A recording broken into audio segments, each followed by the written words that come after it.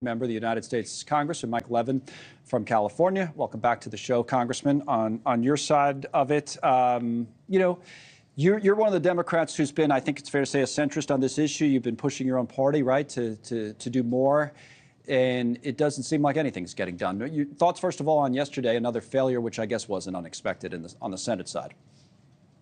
Well, thanks for having me, Connell. You know, it was disappointing, and I'm a big believer that you need to work together. You need to, particularly in an era of divided government that we have now, before you bring a bill to the floor, whether the House or the Senate, try to work together and actually have the votes. And what's sad about this particular bill is that it did have the votes back in February. You know, Republicans insisted on that border security deal as part of the overall package to provide aid to Ukraine and our Democratic allies. And Senator Lankford and Senator Sinema worked with Chris Murphy. Right. They came up with this bill, and Trump killed it dead, and we knew it was going to die this week too. So I don't like any sort of.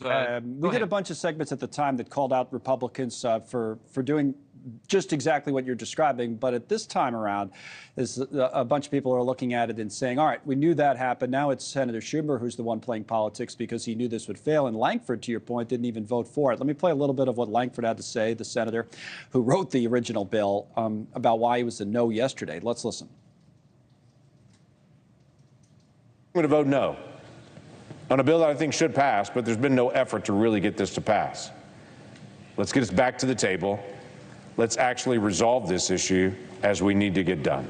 I think he and other Republicans are basically saying Schumer brought this up as political cover for some, John Tester and other Democrats who are in the Senate in kind of vulnerable states and places he thought maybe this could help them. Isn't that a fair criticism that there's politics now on the Democratic side? Well, I heard the words of Senator Lankford that you just played, and I agreed with them. And that's why it's so critically important that we try to come together again. You know, it's not easy when the other side, in the House anyway, the other side doesn't really seem interested in any sort of bipartisan negotiation. They brought their bill, H.R. 2, without any input from House Democrats, and they knew that that bill was going to die in the Senate. So I don't want to cast aspersions and place blame and point fingers. I think far too many politicians on both sides are doing it. I think it's a national security issue, and it ought to be nonpartisan, Connell. So the president could do something, right? And we've been waiting and waiting for something on executive action, but so far we haven't seen it. Isn't that surprising to you that he hasn't moved yet?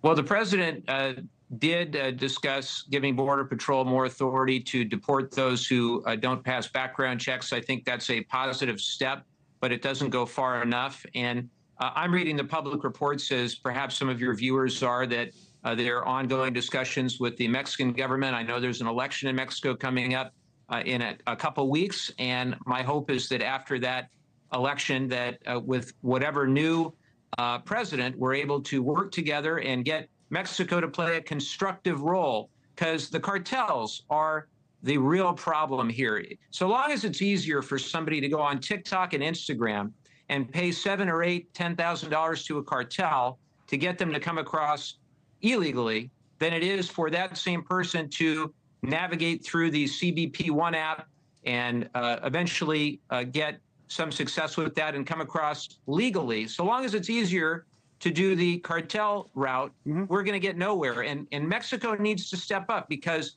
they have not done nearly enough to prevent these cartels from taking advantage of people from all around the world. That's the other thing for your viewers. It's not Mexico sending people. It is Ecuador, Colombia, India, Pakistan, China, all over the world. But Mexico could do a lot more to prevent it on their end. All right, Congressman, a Democrat from California, Mike Levin, his district runs right along the Pacific coast, just north of San Diego, I believe. So, this is an issue that matters to you and your constituents. We thank you for coming on and talking about it with us once again.